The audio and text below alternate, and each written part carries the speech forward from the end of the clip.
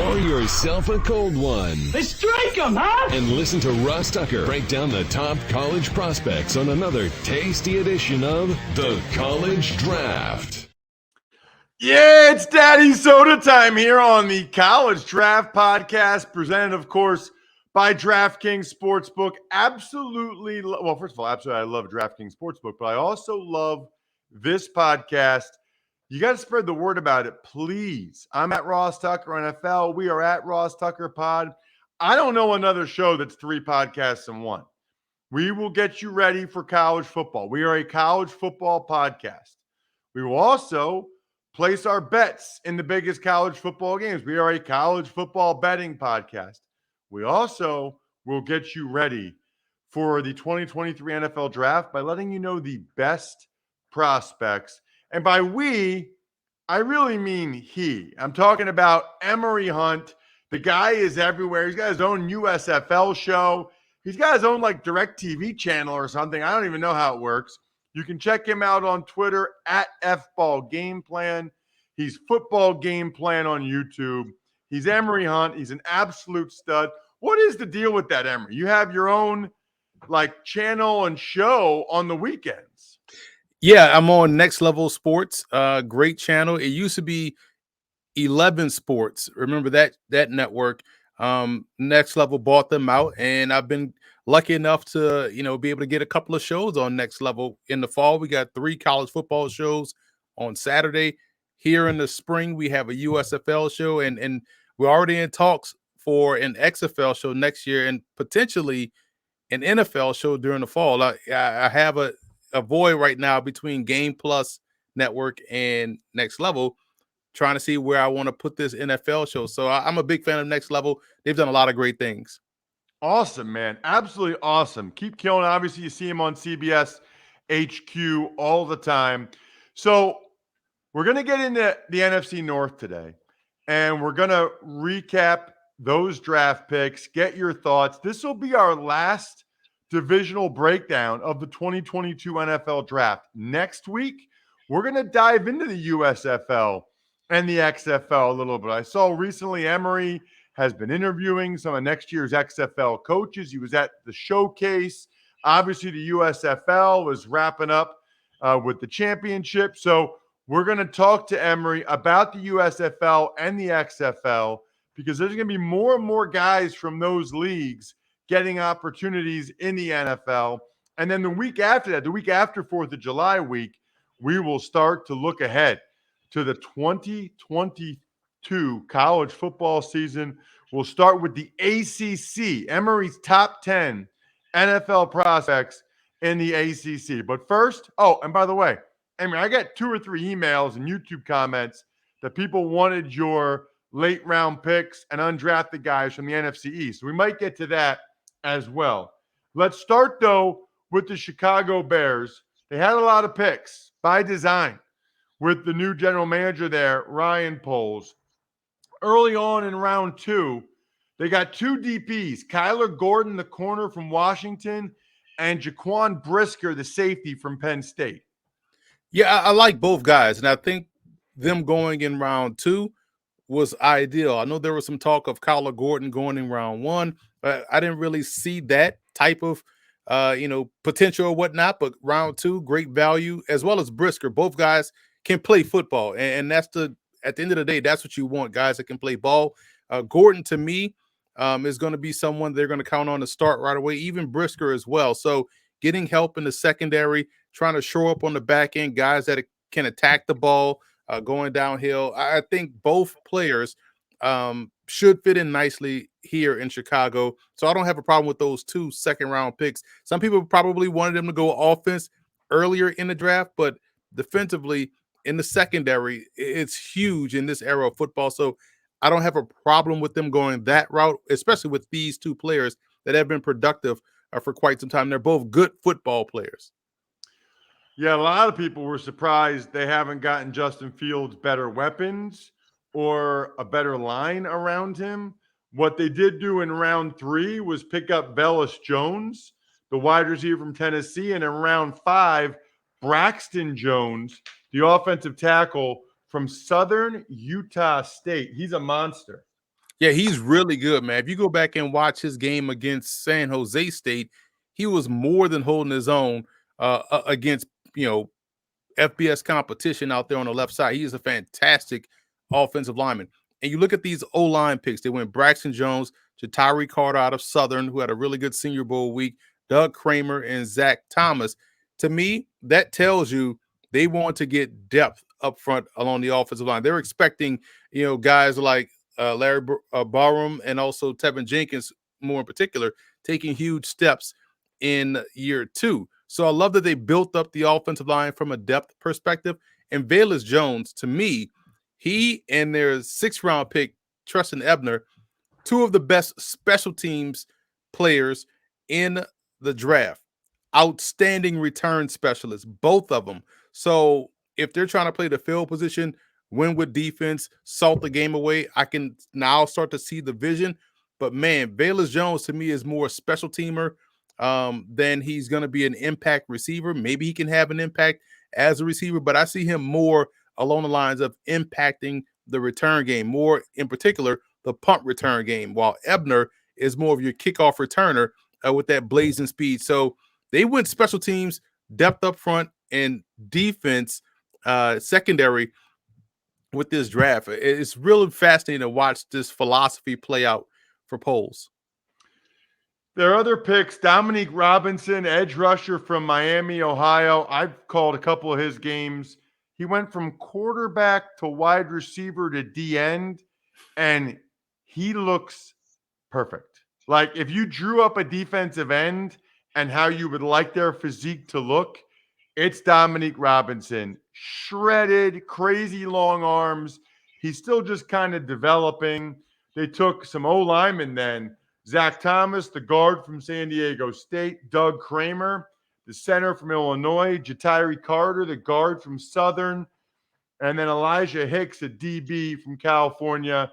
Anything on any of those guys, Emory, or their undrafted free agents? You talked about Dominic Robinson, another one that was really impressive at the Senior Bowl, but you're absolutely right. To see a guy go from receiver to defensive end or edge rusher is unique, and he's not, playing the position like a receiver. He's very physical, and his upside is tremendous and through the roof. And there's an undrafted free agent that I really like in Allie Green. The 4th was a big-time playmaker at Tulsa. Then he transferred to Missouri. Depth guy, core special teamer, long athletic corner that gives them a chance right there to build some depth. So again, between what they've done up front along the offensive line, getting younger, getting more depth there, I don't have a problem with the O-line and defensive selections. Yes, you want to get another playmaker at wide receiver, but I think the biggest thing for Chicago this year is that Justin Fields now goes into the offseason as the guy, and there's no fake, shadow competition going on, and he doesn't have to worry about looking over his shoulder. So that's more than anything they could have drafted, in my opinion, here in this draft. So then you get to the Detroit Lions. Aiden Hutchinson with the 2nd overall pick. If people watch this show on youtube.com/RossTuckerNFL or you listen, it was a year ago that Emory was the first person I heard anywhere say that Aiden Hutchinson was better than Kwity Paye. I was surprised. Wait. Michigan had another DN that was better than the guy who went in the first round. There was no hesitation. Emory did not stutter, and that's exactly what ended up happening. The pick I want to ask you about, though, is Jamison Williams. They traded up from 32 to 12 to get him, Emory. You take a receiver at 12 and trade up to get him after he shreds his knee in January in the national championship game. You must really think he's special. He better be. And we know how much I like Jamison Williams. He was my number 1 slot receiver in the draft class. But to your point, yeah, you just can't ignore the late season ACL tear. And granted, we're now in, the medical realm where people look at ACLs like ankle sprains now. I find it fascinating that people are expecting him to play at least 9 games this season, which is still remarkable in and of itself. But you have to worry, okay, we're going to grab and stash because they traded up. They had the 32nd pick. But man, you wonder if this was a luxury pick, and it clearly is because he's not expected to play right away, and you don't really know how much of that explosiveness he's going to gain back when he does get out there. So maybe they could have gone in a different direction. That's the question about the pick, not the player personally, because again, he was my number one slot receiver. So I'm with you. That was a big question. And Hutchinson, again, when you watched Michigan last year, you just clearly saw someone that understood defensive end play a little bit more so than Kwity Paye, which is why he was, in my opinion, the better defensive end. And I expect him to help bolster their defensive line. This is a really good team that they're building out there in Detroit. Emory, you said something interesting. Why do you keep saying slot for Jameson Williams? I thought he was an outside deep threat guy. Listen, when you have that type of speed, it's almost I'm looking at it from a CFL perspective, right? A wide field. So the slot kind of gives you that element. When you have that speed running away from zone coverage and it doesn't have to worry about getting off the line of scrimmage, getting off press coverage, good luck. You better have someone that's equally as fast that likes to run, because I will be running him on these deep over routes and crossers all day long. You think in terms of how Seattle does with Lockett, and it seems like he's always open on a over route every game. That's Williams, in my opinion, especially when you look at who they have on the outside, Chalk, Reynolds, and Amon-Ra St. Brown. You throw Williams in that mix with those guys, flanking him, it's going to be a problem if he returns to top tier speed, because when you gave him that amount of space at Alabama, it was ridiculous. Next couple picks, round 2 and 3, Joshua Pascal, the DN from Kentucky, and Kirby Joseph, the safety from Illinois. Pascal was someone that I really like. He was my number 4 or 5 technique. He's 6'2", 268. I have written down here in my notes, excellent technique playing up front.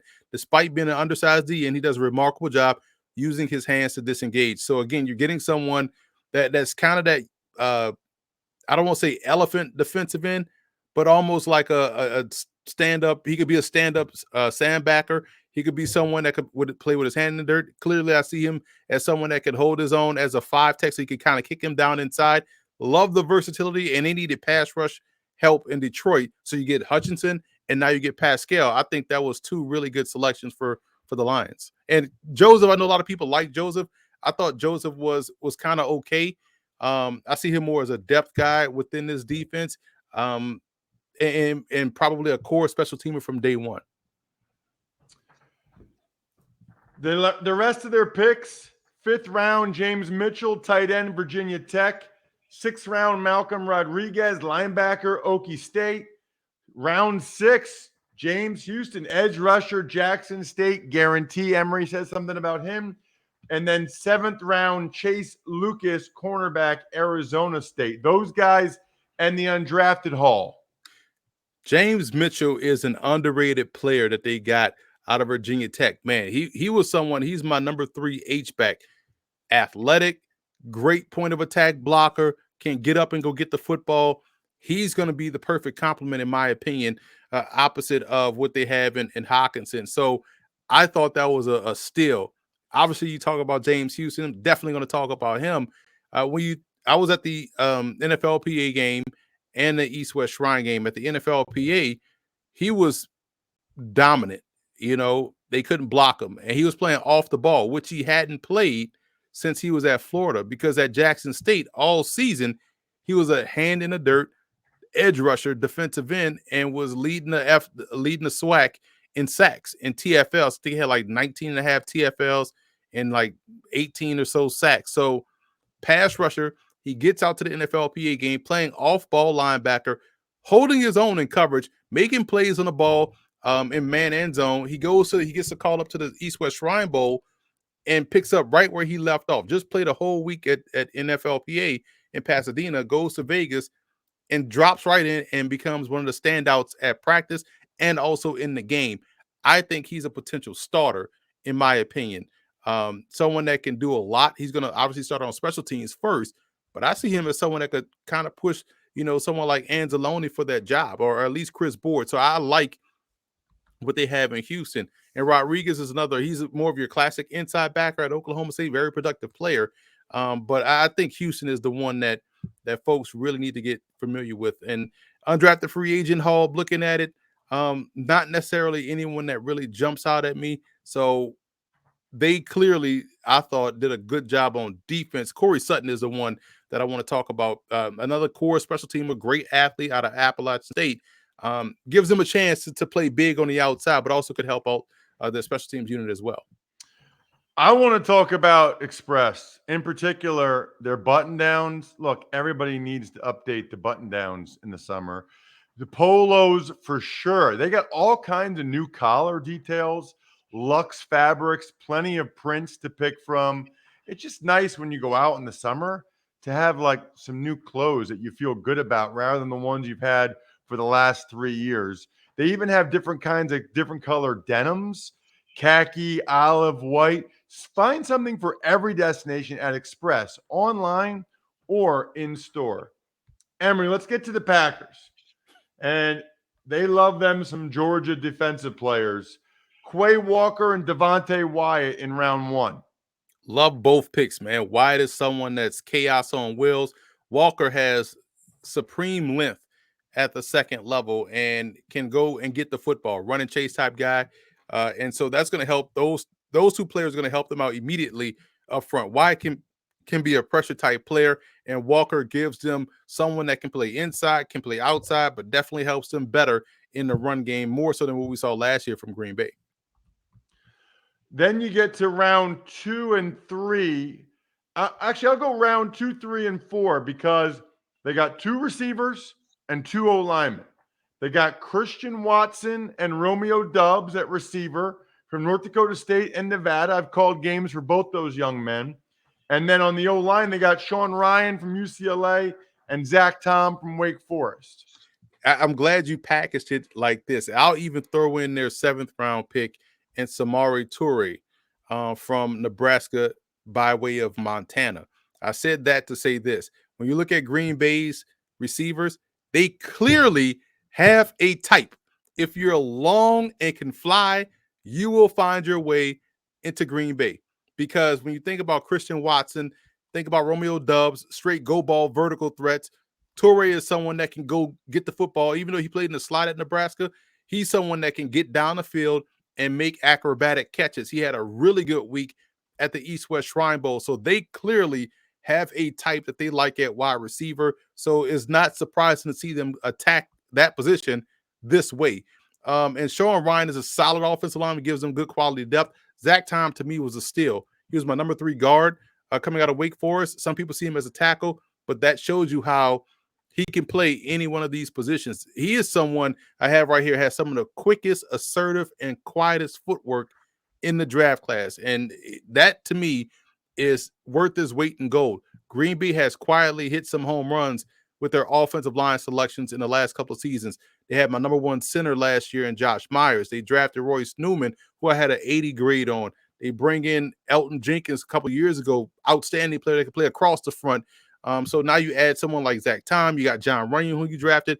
I think they're knocking it out the park with these O-line selections. So I'm not surprised that they went both with Ryan and Tom. Round 5, Kingsley Enagbare, the rusher from South Carolina. Round 7, Tariq Carpenter, the safety from Georgia Tech. Jonathan Ford, the D tackle, Miami. Rasheed Walker, the offensive tackle from Penn State, in addition to Toure, who you mentioned. Walker, after his redshirt freshman year, Emory, I thought he had a chance to be a first-round pick. He had a very good redshirt freshman year, including his game against A.J. Epinesa, who was a highly touted kid coming out of Iowa. He just never really got better. The next 2 years, he didn't improve, and he barely got drafted, which I think he had an injury last year at Penn State that he didn't play through. That's a shame because I loved his high school video, and I loved his redshirt freshman video. Yeah, and I spoke with him at the combine, and he was talking about, trying to shed some of the perception about his game and trying to really work through his struggles and being that veteran guy that saw a lot at Penn State. So we'll see how it translates to the preseason because, right, he was barely drafted, and that's huge for someone that a lot of people like you talked about, saw him as a potential first-round pick. Um, and then you look at Kingsley out of South Carolina. He looks the part, right? He's a physical guy, gives them good depth up front. I think he's going to be someone that can kind of come in, spare a series or two for one of their frontline players, and does a good job in playing the run. Got to be a little bit more consistent. So for me, I love the depth there with Kingsley. And I'm looking at some undrafted free agents, and clearly there's only one you want to really talk about, and that's Chauncey Manac out of Louisiana. I mean, clearly, this dude has, and boxing references are about to come, whether it's George Foreman, whether it's Larry Holmes, type hand strength. And when he punches you, he can anchor. He sets a physical edge. He has a knack for making the big play, and was really good out there at the NFLPA game. I thought he was someone that was in line to get drafted. He's another one of these former Georgia Bulldogs that found their way on the Green Bay Packers roster, transferred from Georgia to Louisiana, and was one of the best defenders at the point of attack. So again, someone that's kind of like Kingsley out of South Carolina that can kind of help them out up front. Last but not least, before we get to the NFC East undrafted guys, let's look at the Minnesota Vikings. Very similar to the Bears. They went DB with their first two picks, Emory. Lewis Cine, the safety from Georgia, and Andrew Booth, the corner from Clemson. Yeah, and Cine is interesting because he's kind of like what they have in Harrison Smith. May not have the best ball skills like Smith does, but definitely has the same impactful upon contact ability that Smith does. And you look at Cameron Bynum, who they drafted last year, was a corner out of Virginia Tech. Out of Cal, that they now play at safety. And he was really good as a rookie playing at safety. So they got three safeties that they are going to be working with that look really good for them coming into the season. And they had to get better at corner. Getting Andrew Booth, I think, is a good matchup guy. Can play inside or out, has good technique, good instincts, and shows an ability to play the ball. So they needed help. They got help. And I think their secondary now looks like a significant strength, as opposed to being a question mark heading into the season, even though you're going to be counting on two rookies to make impacts. Then you get to round 2 and 3. Ed Ingram, the guard from LSU. Brian Asamoah, the linebacker from Oklahoma. Listen, Asamoah is someone that he's a seek and destroy type player. And if you have those type of guys, you're going to be just fine. But I think when you look at Ingram coming out that program, here's someone for me that is a rock solid player on the inside. So you get better up front, you get better within your run game. Yeah, guards and the guard protection is key. So adding depth there along the offensive line is critical when you have a quarterback like Kirk Cousins that's not going to be the scrambler or someone like that. So I like that pick. But man, when you talk about Asamoah, like run and chase guy, he's not the biggest. He's about 225. Kind of fits the mold of what you want the inside backer to be in this day and age of football. So like that pick as well too. I think he's going to be just fine playing at the second level. Kind of gives them another guy that can come in reserve and help them out at that level. Rest of the draft, a Caleb Evans, the corner from Missouri. Adamoyo, the DN from Minnesota. Ty Chandler, another North Carolina running back, gets drafted. Vidarian Lowe, the tackle from Illinois. Jalen Naylor, wide receiver from Michigan State. And Nick Muse, the tight end from South Carolina, along with any of the undrafted guys that jumped out to Emory. The two offensive guys, Chandler and Muse. I was shocked that Muse went this late. Big fan of what he brings to the table. I see him as an H-back. Definitely has a role within this offense. And Chandler had a really good shrine game. Good explosiveness, could potentially help them out in special teams. But Thomas Hennigan, undrafted free agent out of App State. I thought he was the better receiver on App State's football team. He was consistent. He runs great routes. He gets open, does a fine job of tracking the football, has some nuance within his game. And I'm not saying this just because he's a wide receiver, but he has a lot of what you see in Adam Thielen within this game. I thought Hennigan, I thought he was a senior last year. I feel like he's been for a decade. So they get someone that can run great routes, gets open, doesn't shy away from those 50-50 balls. And he killed my Cajuns numerous times over the course of his tenure. So I'm a big fan of Thomas Hennigan and what he brings to the table. Let's get to some of these undrafted guys, Emory, in the NFC East that people have been emailing about and wanting to. How about the Dallas Cowboys up first? Well, looking at some of their undrafted free agents on offense, Jaquari Roberson is someone that had a really good shrine game, speed guy to Wake Forest.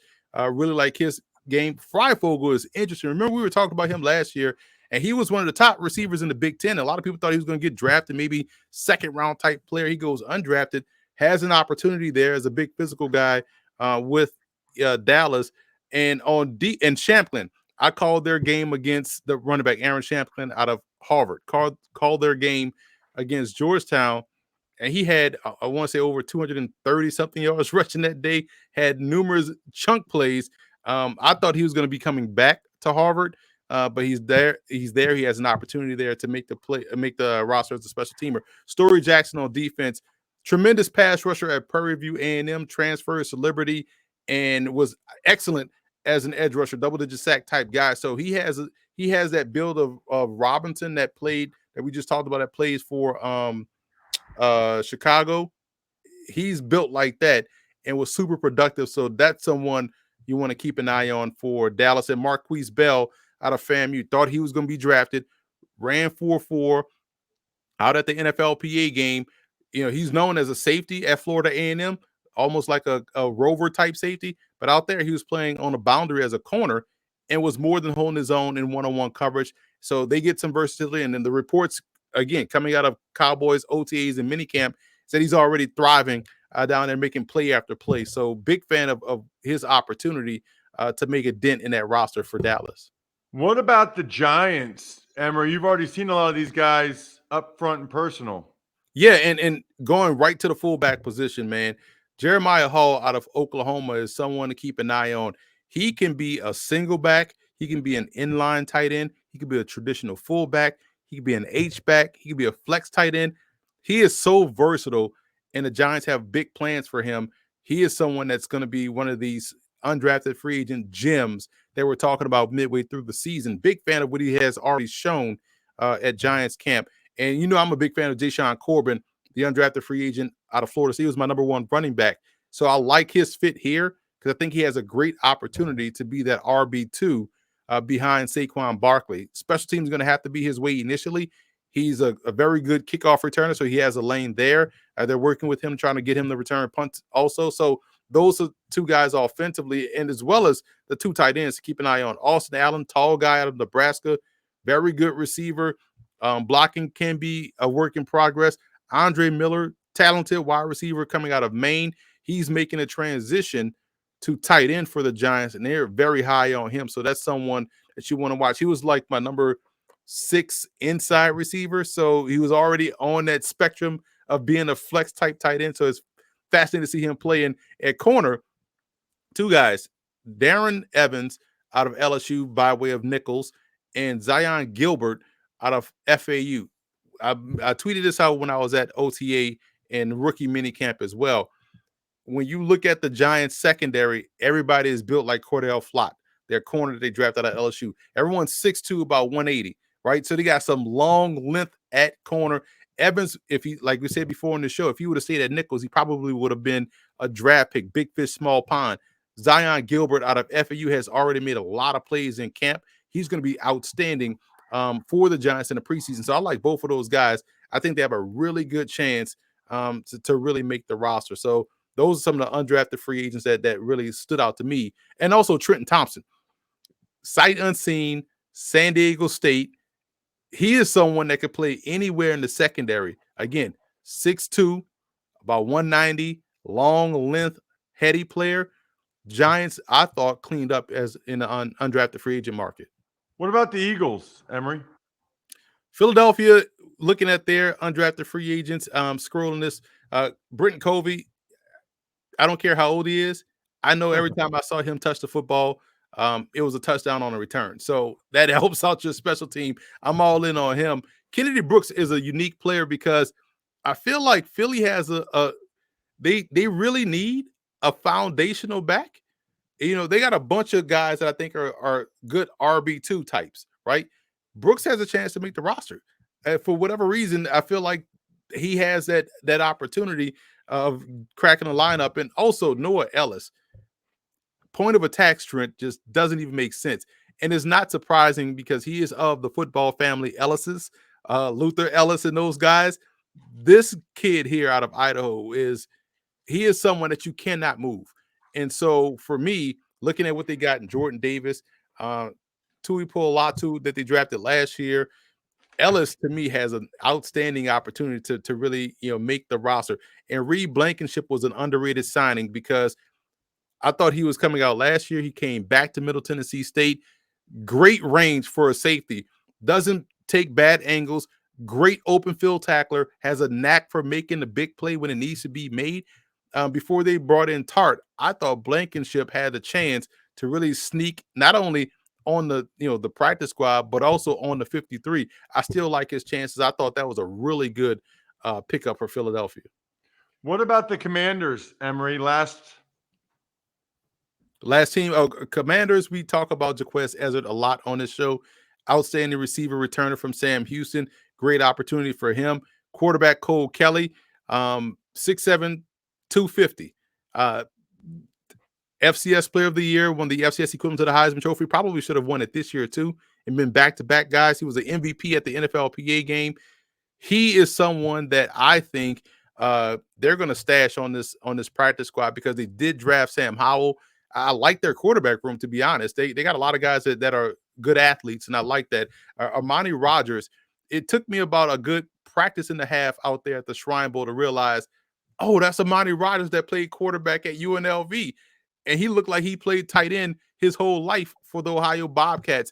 Another one of these players that kind of like what they already have in Logan Thomas, former quarterback turned tight end. I like his ability and his chances to make the team there as well. And on defense, Farrah Gardner, clearly University of Louisiana, good running chase backer. Glad he was able to find a home here. I'm a big fan of what he brings to the table in terms of his leadership.